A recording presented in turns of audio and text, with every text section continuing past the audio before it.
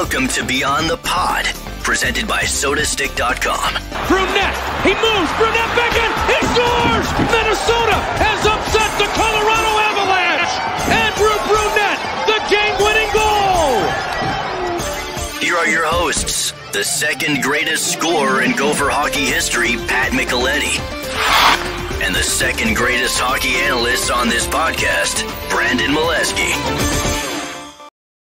Yes, welcome to another episode of Beyond the Pod. It's brought to you by SodaStick.com. I'm Brandon Mileski, Pat Micheletti with me as well. Pat, it's officially here, hockey season. We got prospects camp starting for the Minnesota Wild. We're 9 days away from our first preseason game. College hockey in about 2 weeks. It's all beginning. Yeah, finally, right? Good summer, long summer, but ready to start.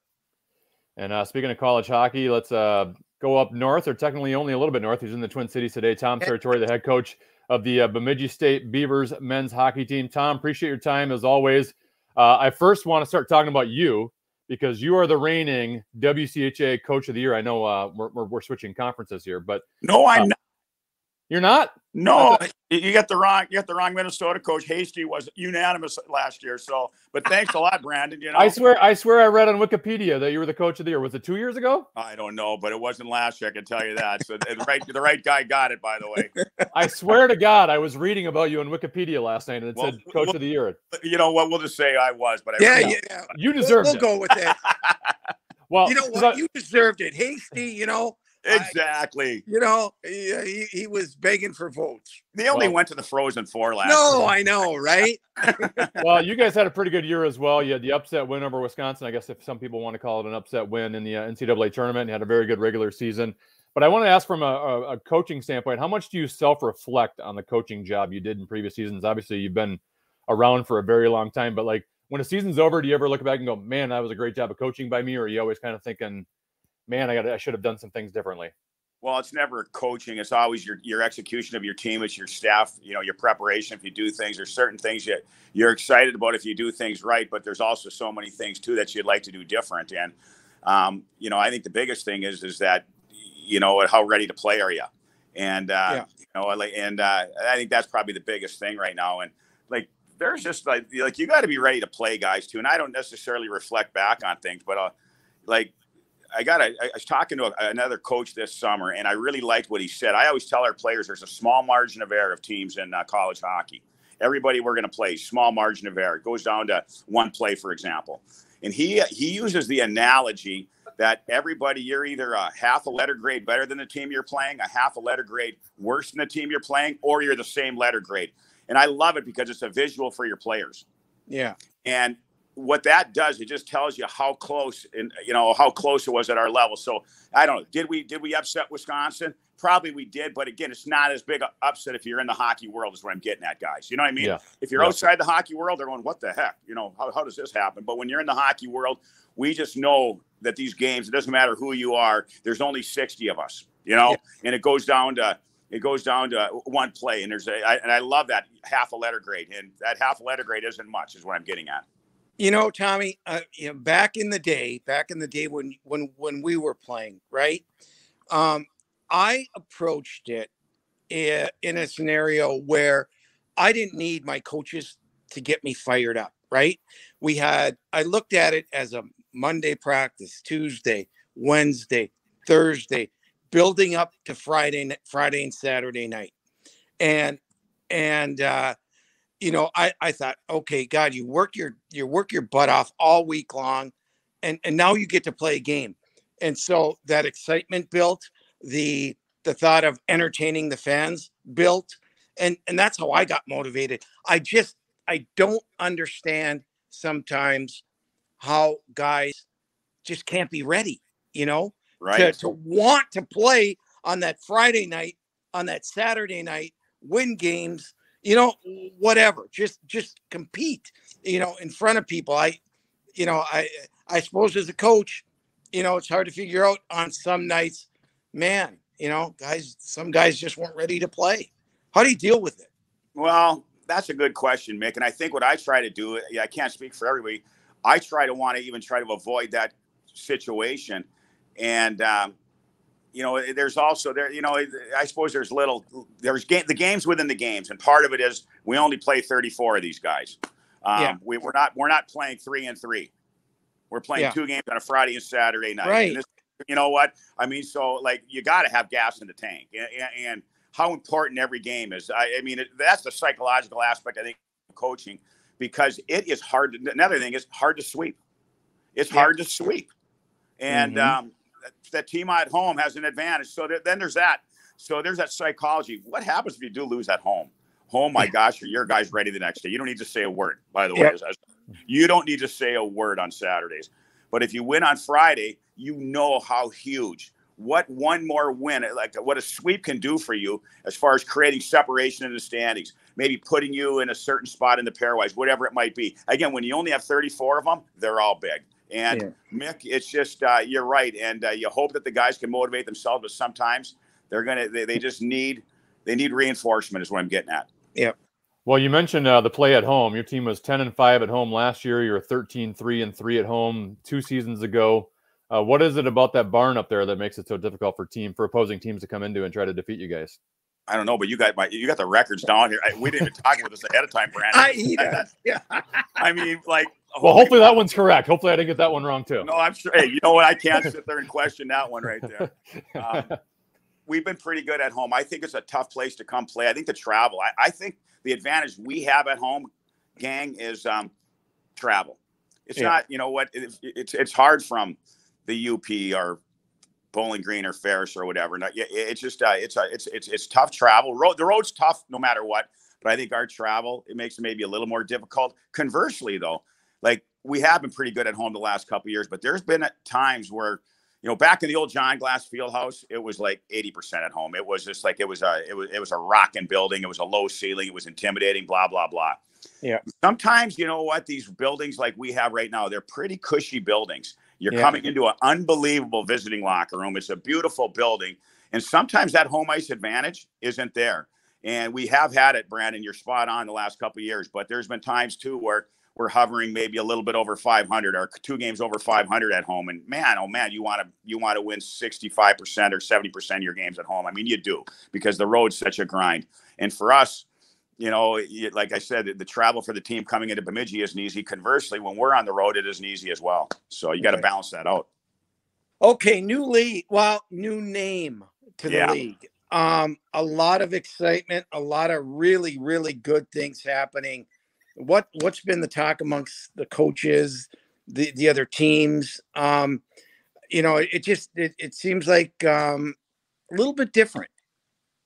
It is, and I got the CCHA logo on my on my shirts now, and all that stuff is kind of weird. You're obviously again you're trying to promote the brand and all that stuff, right? So it's kind of fun. And it is like, it's not that big a difference, not that big a deal, but it is, it's unique. It's different. And it is what it is. I mean, it's basically the same teams that were in the league last year. St. Thomas is replacing Alabama, but Anchorage and Fairbanks were on pause last year. So basically last year we played the 8 teams that are going to be in the league this year. Again, like the substitute's going to be St. Thomas for Alabama. So it's not that big a difference, but it is a little different and it's a little unique because maybe the newness or whatever you want to call it. And I'm excited for it. And it's just everything's new. We got, Don's our commissioner right now. Great hockey, man. Bringing just a tremendous amount of ideas to our league. Media, from a media standpoint too. Yeah. It's just everything's changing. Everything's changing. It's kind of like when Bemidji State went to the old WCHA. When we got into the old WCHA, we were the same team. We were the same coaching staff. We did things the same way, but it was different. It was almost like we had new jobs. It was like we had new. I remember my assistant coach told me, because it's like we have new jobs right now. It's kind of cool without having to leave our job. And I go, that was kind of a great point. And it's kind of similar to that a little bit, Pat, where you know what? It's just kind of a little bit of a new job because the dynamics are a little different. And I'm excited for it. Really excited. Tom, I think it was either on this podcast or when Common and I came up and visited you a couple of years ago when I asked you about what's your secret about how you guys always seem to have good goaltending up there. And now you're losing Zach Driscoll as a transfer to North Dakota, and he's been fabulous for you the last 3 years. So one, how big a skates is that to fill for the next goalie or goalies? coming up. And your secret has always been, somehow you've always been able to have good goaltending up there. How can you keep it going without him? Who knows? But that's always, when you lose a goalie, it happens every whether it's 2 years, 3 years, or 4 years, obviously. But typically, we've always, it seems like we've always had our starter for a good 3 years. It seems like, once in a while we've had a 4-year starter, but not very often. Usually somebody's going to have to, they got to back up a year, maybe two, and then we go with somebody. And anytime you have a change in that position, there's a little unrest, and it's the unknown, and that's what we have right now. But it doesn't mean that we're not going to be good in that position. I think we're going to be just fine in that position because we like the guys that we have. We like all three of our goalies. We like them when we recruited them. We like them in practice. We like their makeup. But they also, it's going to be different for them. This is a totally different challenge, and the league is going to be a grind. Our non-conference schedule, we got Arizona State, St. Cloud, North Dakota, Duluth. Nothing's easy. Nothing's going to be handed to you. But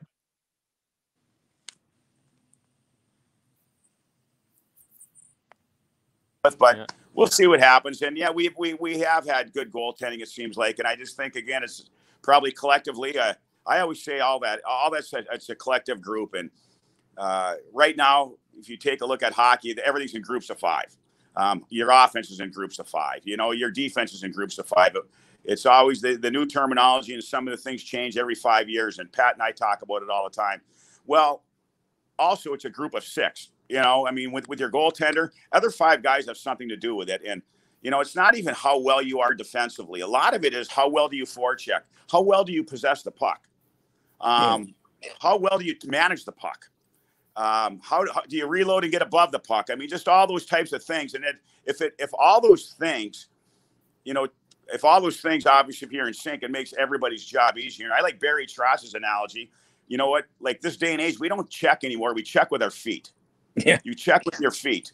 And I just love that analogy because you do, and everything's puck pressure. Everything's getting above the puck, but it's all about skating right now and reloading and doing those types of things. And if all 5 guys are doing that, and if we're in sync, and if we got good rush defense and, again, good puck management, like I mentioned earlier, everybody's job is easier, and it helps your goaltender. So we try to obviously emphasize that like everybody else does as well, and I think it takes a little heat off your goalie, hopefully. When you go into the season, or when do you start, looking at other rosters of other teams and kind of handicapping what they have, what you have to do to beat them, where you kind of put yourself against them? When does all that start, or is it always going on? You know what, Pat? Great question. It's always there, but I do a little exercise every summer. It's a little different now with the transfer portal. Right. But your roster's changed. You come to the roster it's summer. And but I do a little exercise, and a lot of the college coaches do. It's not like anything I invented. It's another thing I stole from. I know Bobby's done it for years. Bobby Mosco's done it for years. And it's a great exercise on how many goals each team in your league are coming back with, and you can do it with all the teams you're playing, by the way. Yeah. And I think it's a great exercise, and it doesn't mean that if you get the most goals back, you're going to win the league. But I'm telling you, you're not taking 6th either. Yeah. The law of averages and taking a look at history, historical data, you're not finishing 6th. Yeah. And or 5th. So now there's other variables. Are you staying injury free? Are the right guys healthy? Is your power play all right? Hey, goaltending. Brandon brought it up earlier. Goaltending is such a big component. You can have a really good offense, but if you're leaking oil, defensively, that's not going to help either. Yeah. So I look at that about midsummer, and in our league right now, Northern Michigan's actually got the most goals back. Mankato's 2nd, Tech's 3rd, and I think we're 4th. So, and there's variables, but I look at that. That's one thing I look at. It just gives me gives me a little bit of a gauge right there. And I don't, everybody's got their own little way of doing things, and I look at that. Yeah. I brought this up with Hasty when he was on a couple of weeks back, and we were talking about, when you come in as a freshman, and we were talking about a guy, Nathan Smith, right? Who one of his, better players. You saw him as a freshman, and you said, "Whoa, this kid has got some skill."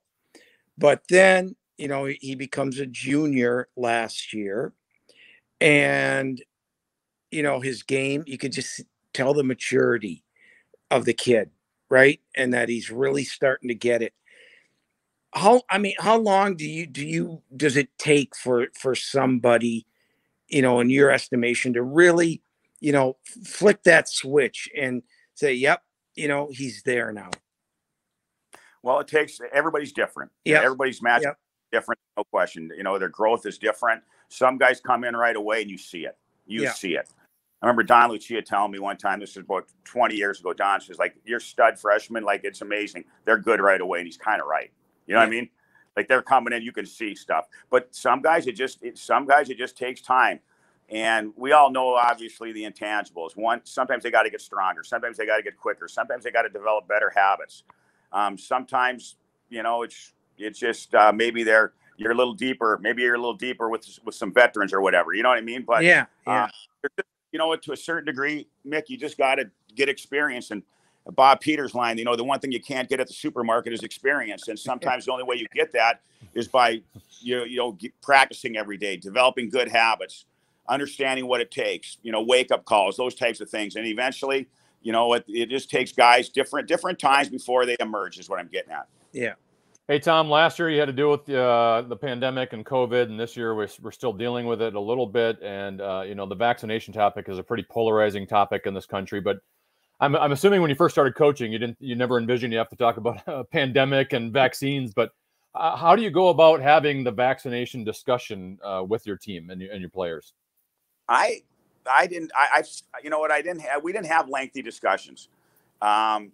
didn't have lengthy discussions. We talked about it in the spring. Guys started doing it in the spring, and we just kind of tracked it, and they kind of let us know where we were at. And then obviously, again, the NCAA's, there's certain things you got to look at, and there's certain factors that you might have to look at that can happen throughout the year. And I think from a coaching standpoint, I watch myself because, again, it's a personal choice. And I think that's we left it to our players, and I didn't want to get involved in that. And that's kind of where I was at with it. I think you got to watch yourself a little bit there, Brandon. Yeah. And that's kind of what we did. And our guys, they've done a great job with it. But I've spent minimal time talking about it. Minimal time. I want to talk to you about St. Thomas coming into the league as an 8th team. Obviously, it's a 6th Minnesota team, but you were with Bemidji as an assistant coach when they first made the transition to Division I. I know you're assistant for a couple of years before taking over as a head coach. How difficult of a challenge is that to make that transition? I don't think it's that difficult. I really don't. I think first off, they got so much to sell. Yeah. They got so much to sell. I mean, they're in the metro area. They got a beautiful campus, a wonderful tradition. They're so good in all their sports. They just got a lot to sell. So, it's like anything, anything's going to take time to, when you want to reach, obviously, you want to get to a certain level, anything's going to take time. It takes time for anybody. But I think that I think they're already off the ground, and I think they're going to get good awful quick. And I just think, again, they got so much to sell. They got a great coaching staff. I think the transfer portal is not going to hurt them. That's for sure. And that's an advantage anybody has right now that you didn't have 20 years ago or 50. Yeah. You know what I mean? Yeah. And I think that helps. And they're going to be just fine. I don't think if you take a look at teams who have started, started hockey, and they're kind of like us. I shouldn't say they're not starting a new program. They had a Division III program, so they got players. At least they already got players on their roster. So, but if you take a look, it didn't take us that long. It took us like 3 years, but right. And the circumstances were different for us too. They're coming into a quality league immediately, and I think that helps from a recruiting standpoint to get more marquee players. So, you take a look at the teams that have done it. If they've done it, they've done it in a I don't want to say a minimal amount of time, but they've done it where it's not like a 10-year process by any means. So they're going to get good awful quick, and it's exciting for them, and it's exciting for our league because that's just it's a great program, and I love having another Minnesota team. I'd like to see more more teams emerge in Minnesota. Okay, couple part question here. by going as far as you guys did last year, do you sense a different attitude, meaning, a little bit more swagger or a little bit more hunger to get back and go even further than you did a year ago? And then when you look at what do you see in your team this year? Well, I might answer the second question first, Mick. And one is I like our team. I mean, like we've had two great years in a row, and a lot of the guys coming back. We got quality people. We got quality people. I love our practice. I love our practices so far. You know what we've got. I hope there's probably a little quiet confidence. We don't talk about it, but there better be quiet confidence. I mean, the guys they've achieved some success. So have some quiet confidence. Now, from a coaching standpoint, and I said at our first meeting, and I kind of said, boys, doesn't matter. I've been in this racket so many years, and we might have a lot of the same people. But again, are you the same players? Or are you different players? Sometimes they want to be different players. And when you're different players, things can go sideways. Yeah. And, so I challenged them right away. I just said, hey, the only guarantee there is there's no guarantees. And I actually used the analogy. Why did we play so well against Wisconsin? And why didn't we play that way against UMass? Yeah. The next night to go to the Frozen Four. Yeah. And like there's a lot of factors that go into all this stuff. And I don't want to get into the psychology of our meeting and all that stuff. But the bottom line is it's been addressed. Like, guys, there's no guarantees. And what you need to, then I use that half a letter grade. We're going to play 12 teams this year where we're a half a letter grade, potentially better than them. We're going to play 12 teams that they're a half a letter grade better than us, and 12 teams at the same letter grade, So that's a small margin. So it can easily it can shift the other way in a heartbeat. But it's up to this room. It's up to the guys in this room to make sure that doesn't happen. And we got to maintain a lot of the fire, and we got to have our mental makeup has to be stronger. Even is what I'm getting at. Tom, we always love talking with you. Really appreciate your time. Good luck this year, and we'll chat with you soon. Thanks, guys. Appreciate it. All right, thanks. See you, boys. All right, thanks. Tom Serratore, head coach of the Bemidji State Beavers men's hockey team. Before we chat, Pat, let's talk about sodastick.com. You can go to sodastick.com to get your original Minnesota sports inspired goods. If you haven't seen the stuff yet, you have to check it out. One of my favorite designs is their North State hat, which is back in stock. All of their apparel is screen printed here in Minnesota on super soft, super comfy shirts. You will love it, and we're going to hook you up with 15% off your next order. So use the code KFAN for 15% off. That's sodastick.com, sodastick.com. Original Minnesota sports inspired goods. Use the code KFAN for 15% off your next order. And speaking of college hockey, Pat, I know the NCAA just announced, as Tom just talked about, how they had to go play the next night against Massachusetts. Right. NCAA has announced that they're now going to have a day off in those regionals. I know Bob Motzko was a proponent against that. Where it's a bit unfair if you have one team playing at 4:00 and one team playing at 7:00, and they both have to play each other the next night. It is, and I think what helped the process was the UMD North Dakota 5 overtime game. And then, the winner obviously had to play the next day a lot, so I think that was probably the deciding factor. It could hurt attendance, which they always look at, are people going to want to stay that extra day? It's probably best for the game. And you probably will see a better game, a less tired team. So, it was a move they made. The NCHC released their preseason media poll. St. Cloud State got 20 of the 25 first-place votes. UMD second with 3 first-place votes. Then North Dakota and Denver in third and fourth. They each got a first-place vote, followed by Omaha, Western Michigan, Miami, Colorado College. I think we both agree that St. Cloud State should be a pretty good team. But given you have teams like UMD and North Dakota in the mix with you, I was surprised they got that big of a share. Well, St. Cloud got everybody back, and their goaltender, and so that right there, and the experience, the younger kids really came into their own. They're going to be they're going to be a top 5 team all year, no question. Quite frankly, now this is going to probably irritate some North Dakota fans. I'm surprised that they're as high as they are. Really? They lost everybody, and everybody. I mean, all of their. They've got some of their decor back, which is and the goaltender Driscoll is going to help. So that will save them. But they lost a lot up front, and I think, Brandon, last I counted, they had 9 transfers coming in. So, not to say that they're not good players. Sure. However, just might take a bit.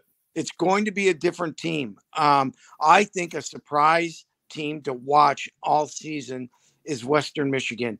They have a new coach in Pat Ferschweiler, and they have a lot of guys returning. Kalamazoo is a tough place to play in. I think they're picked 6th to finish 6th in the league, and they may surprise some people. So again, I think, Brandon, this year in college hockey, it might be one of the best years in the last decade, just because players had the ability to come back for an extra year due to the COVID and such. Yeah. I think it's going to be terrific. Minnesota Wild, they just started the Tom Kerber's prospects camp, which is awesome that they named it after Tommy. Yeah, really good move and very thoughtful. They started that at Tria. I'm actually right when this podcast is over, I'm going to try to bolt over to Tria to make it for the practice today. But some significant names we can watch. A lot of times we'll have these prospects camps, Pat, and none of them really have a chance to make the roster next year, or you don't have, or maybe for the longest time we didn't have very high-end prospects at these camps. No. I remember the Colton Gillies days, Pat, where I would show up and that was the guy you were watching. Yeah. But Matt Boldy, Marco Rossi, obviously after the year he went through, Kalen Addison's there. Yeah. We still even have some of their bigger names. Like the Wallstedt, the goalie they got this year in the first round, not there. Some other, the Kusnedinov, who's playing very well in the KHL right now. They've got quite the prospect pool. I'm interested to see how these guys do in their 2 games against Chicago. Yeah, listen, I said it from the get-go. I think Boldy is going to make it. I think Marco Rossi is going to be penciled in, and Addison. I think they're going to make him earn it. They have enough defensemen with the big team, if you want to call it that, where he's gonna have to earn his spot. But you know what, he looked good.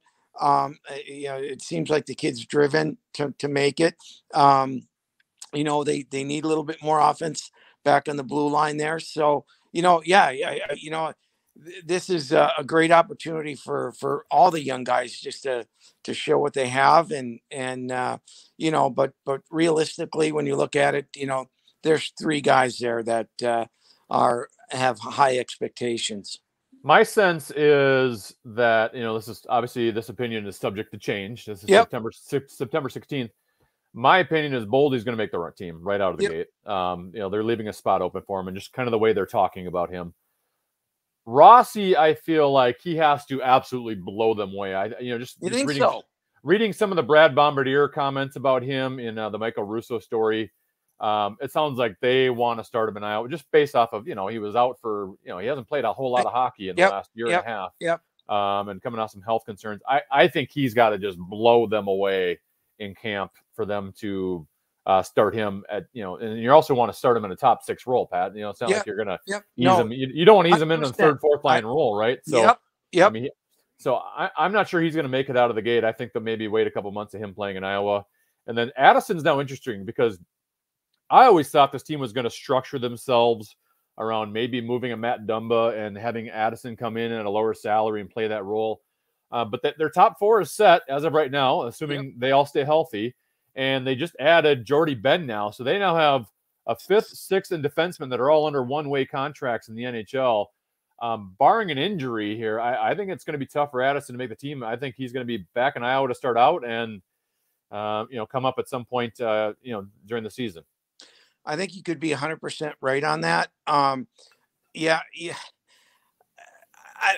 We're going to have to see how it all plays out, right? And the question for them would be, okay, do we keep him up here as a 7th or an 8th, depending upon how many guys they keep on the roster?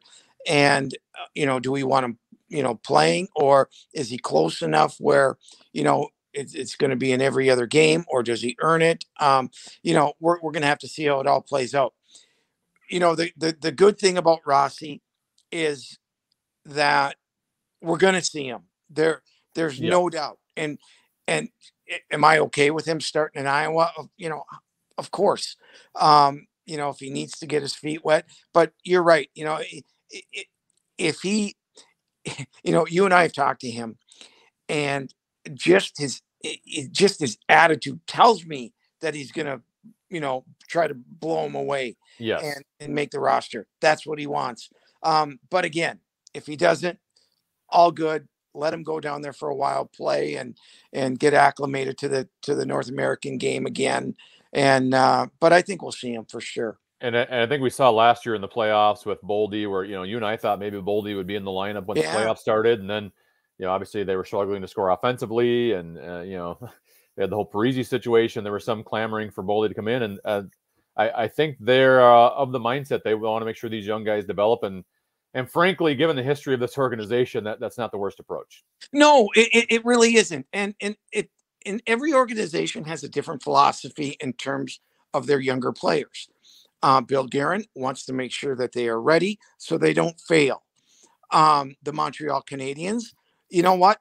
They needed someone to score. They could not score goals. They drafted a guy in Caulfield who was a goal scorer. Didn't play him a lot right away, but then they implemented him more, and he had success. Every player is different, like Coach Serratore just alluded to us. And everyone has a different philosophy, and every team and their style is different. And so, I know a lot of people were not happy that Matt Boldy was not inserted into the lineup then. Well, they had their reasons for it. We can second guess them. We can be mad. Whatever the case may be, they didn't feel at the time it was the proper move to put him in. And, it's their team, and, they can do what they want. Are you concerned about Kaprizov yet? I'm mad, Brandon. I'm mad because it's nothing that the Minnesota Wild is not doing. Yep. They have offered him a monster contract. Yeah. And I don't want it to get to a situation where the players are mad at him, because I don't think it's him. No. I think and I don't know this, but I don't think his agent is doing him any favors by keeping him out this long, not having him signed when the money is there. I don't know what they are, where they're at as far as term, but from reading Michael, and it seems like there's been some give and take both on both sides for the number of years, which I think is the biggest hang up. Maybe some bonus money. I don't know. But the bottom line is he's a 24-year-old kid with 55 games under his belt who's getting offered mega dollars. And he needs to be in here.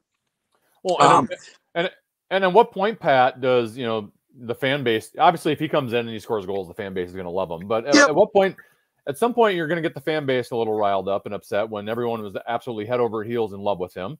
And, let's face it, you're risking angering the organization. Yeah.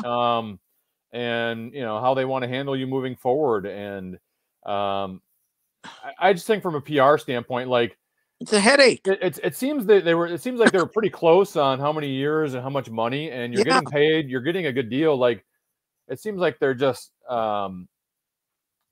upset over just tiny little things at this point, and just doing power moves. And at some point, it's like, just get the deal done. Yeah, exactly. And you know, it puts the player in a bad light. It just does throughout the league, throughout other organizations. You know, when he goes to get his next contract, right? Whether it be with this team or another team, you know, some teams are going to say, "Do I want to deal with that agent? Yeah. You know, pain in the you know what? You know why?